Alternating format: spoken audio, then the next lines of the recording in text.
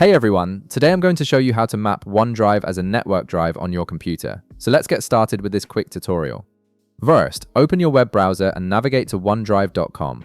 Once you're on the page, go ahead and sign into your Microsoft account using your credentials. This will give you access to your OneDrive storage and all the files you've saved in the cloud.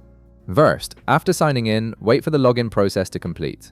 You'll then be directed to your OneDrive dashboard, where you can see all your stored files and folders.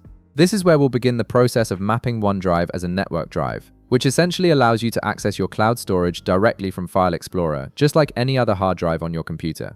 Now, on the left-hand side of your OneDrive dashboard, you'll see a menu with several options. From this menu, click on My Files. This section contains all your personal files and documents stored in OneDrive.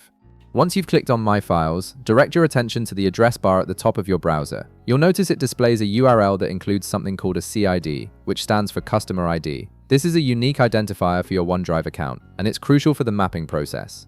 Go ahead and copy this CID from the URL.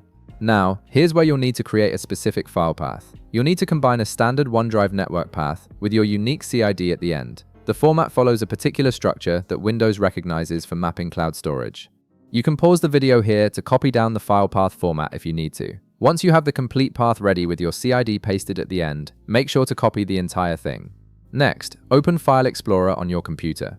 At the top of the File Explorer window, look for the option that says Map Network Drive and click on it. A new window will appear asking you to configure the network drive settings. First, you'll need to assign a drive letter for your OneDrive.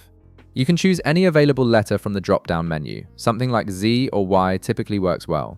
Lock the field below. Paste the complete file path you created earlier with your CID included. This tells Windows exactly where to find your OneDrive storage on Microsoft servers.